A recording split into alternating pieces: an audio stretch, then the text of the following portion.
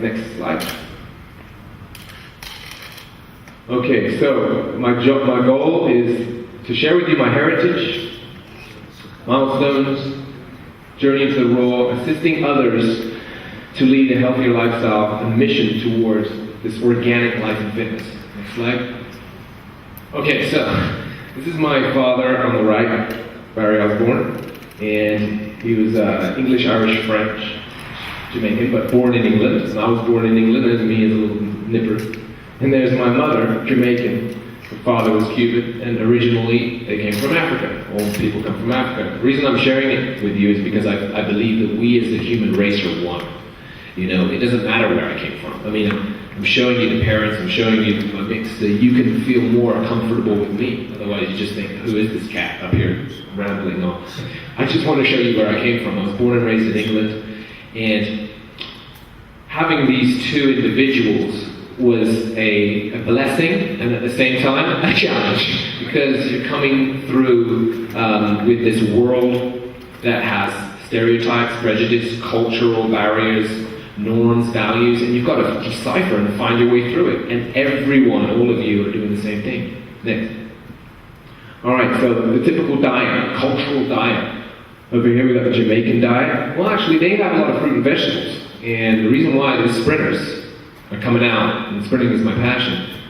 And they come out so fast, like Usain Bolt, Stafford Powell, Ben Johnson, Linford Christie, and Donovan Bailey. They were all Jamaicans. I mean, even Linford and Donovan, they came from Canada, but Jamaicans come from a lot of fruit and vegetables. And they do have their other vices, which is the chicken and the rice.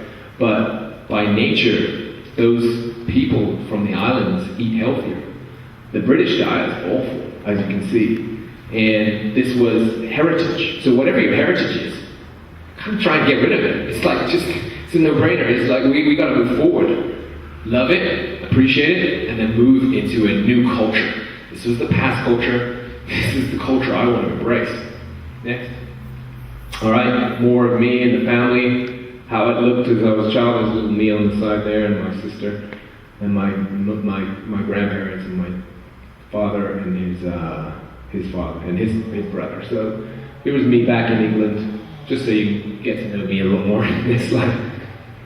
Okay, so as I grew up, I wanted to be Van Damme. there's me in my bedroom, absolutely nuts, as Kazara would have said. You know, I was like focused on, I wanted to kick your ass. That's what I wanted to do. And it was not because I was a mean person. Actually, if you were my buddy at school, I'd say, hey, come over, I'll train you. I wanted to train everybody. I mean, since I was 12 years old, I wanted to train everybody. But I did want to kick your ass too. And it was just because I had some abuse.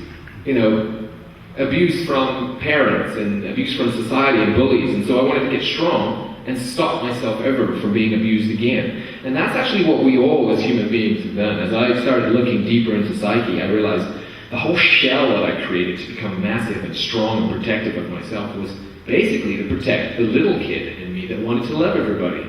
And so these are real spiritual milestones that we have to really pick apart before we can truly begin helping others. So that was an important one for me. It's my fight team, and I became British champion when I was 16 of the heavyweight division. So we can move on. That was the ego back then. Then I went into entertainment because I decided I don't want to fight. I may as well just use this physical gift to entertain. And I had all of that phase of my life. Still, once again, it felt very egotistical, but I was finding myself, you know. I was learning about entertaining, and I guess it's helping me today to put on a show and a presentation for you. Next one. Alright, diet, chips, bangers, mash. Yeah, the diet back in the day when I was a kid was all the garbage that everyone else was eating. But my father was a karate teacher. So mathematics, he's a math teacher, karate teacher, physics master. So I had a really amazing being to bounce ideas off. And we talk philosophy all the time. Still to this day, he's my best friend as well. And he got me in karate, gymnastics, swimming, soccer, biking, singing lessons, piano, hip-hop, dancing, and stay outside until the sun goes down. So from a kid, I had this gift, and that's probably where I got these instincts to start following someone like Kazar. Because some people would see Kazar and just go, eh. But you gotta have your mind on point to be able to really recognize that it's really time to tune into this wisdom. But the only way you can do it is if you're resonating with it. Not everyone is resonating with it, and that's unfortunate for them. But just try. That's what I say. Try to resonate. All right, next. Okay, so you can clearly see here when I was getting big and muscular with all my bodybuilding diet that I was a different being there than I am today. At one point, I got as big as 235 on all that toxic whey, shit, junk, excuse my French, but I didn't know any better. I was just like, well, Arnold did it, and, I never took steroids, which was a popular bodybuilding trend, but I did take as much of those supplements that I could get over the counter as possible. And it was very toxic. I was very strong, but my guts felt like they were about to fall out, I mean, gas, pains, sleeping syndromes, insulin crashes, all that they encourage in those magazines. I was just following it so I could be a better fighter. Next slide. Then I started my track and field focus because I didn't want to fight anymore. I realized that I could fight and hurt men, but I didn't want to anymore. I would hit a man, I would win a competition, I'd go to my buddy, celebrate, yeah! And then I would look back and see this man hurt, and I'd be like, something's not right. I don't want to do this for a living. So, what can I do? My father always told me, you're a very fast runner. You should maybe just use that and travel the world and enjoy. And I was like, Dad, that doesn't sound so cool as being a top fighter. But as I evolved, my father was right. So I started winning track and field competitions, and it's still a goal of mine today to use track and field with Dr. Kazar's products to get out information into the world and use the money for a sustainable ecosystem. Funnily enough, Kazar's images of his ecosystem are things that have been downloaded into my head just through prayers. So whatever's going on here through the sunshine, it's like synchronicity. Anyway, I won a track and field competition. I'm getting ready to start again with all these superfoods and Kazar's support to run again. And then we can really blow this up for people. Next. All right, so the Miami time when I was in it was still all the junk. Every time I was training with track, on Sundays I'd have a splurge day. I'd eat pizza, Burger King, McDonald's, and I could get away with it. I was ripped. People think they're getting away with it because they're ripped. You're not getting away with it. As Kazar said, I was probably full of the most filthy worms, polyps, cancer. I could touch myself and be like, oh God, what's going on in here, man? I'm gonna die. Here I am looking like I'm awesome. And really I felt like crap. And then when I saw Walter Payton die, right? I was shocked that this legend of a man just died. And funnily enough, I got called to be on special teams of Miami Dolphins by Mike Westhoff because I won that race in the South Florida Papers. And I was going to maybe get a chance to play professional football, even though all I was just a big, fast guy. They just wanted me to slam somebody in special teams. But Walter Payton died, right? And I'm like, something's going wrong here with our athletes. Because I'm feeling like I might die. So I better really get a check with what's going on. And that's when I decided, with prayer, guide me, God, because I don't know what's going on. I don't know what's going on in this world. With the politicians, they're liars. The corporations are liars. The entertainment business is corrupt. Lawyers are lying. Where's the truth? I was just like, where is the truth? You better guide me or just take me out now. And this was an honest prayer I said in a real moment of passion. And after that, my life was never the same. I couldn't even eat meat. It was like, instinctively, I picked it up, and it was like I couldn't eat it. So it became a process where I thought I was sick because maybe I can't process the meat. And slowly, the information came to me later. So the instincts came first for me with the prayers, and then the information backed it up. Moving on. Well, that's the prayer conversation with God. 11 years ago, I was in Houston. And then I got convinced by a client, actually, to try raw food as well. I was training her, and she said, I'll feed you. And this was when raw food was really quite fresh on the scene. And I felt like I was on cocaine.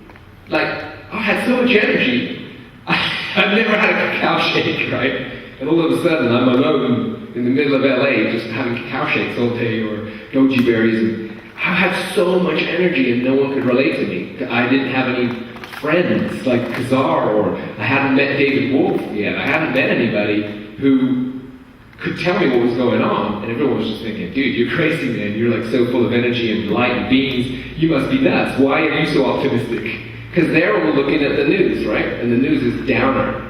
And when you get on this food, you actually become really optimistic. You become solution-oriented.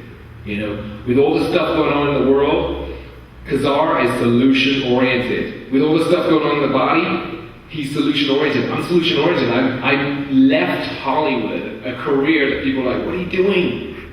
You're on point. Like, it just felt like ego to me. It felt like a waste of ego, time, and energy once again. And if I don't help the human race, and if I don't do something that is worth living for, why live? You know, what, just to become another sad Hollywood star that goes up and down and all that garbage? I didn't want to do that anymore. It felt empty. The only thing that gives me real joy and happiness is seeing another fellow being switch out of the matrix and change. I go, oh my God. It's like God goes and anoints me with the light for like joy, for helping somebody. So let's go to the next slide. And here's the Heavenites. There's Chef Angelic creating the Heavenites in my house.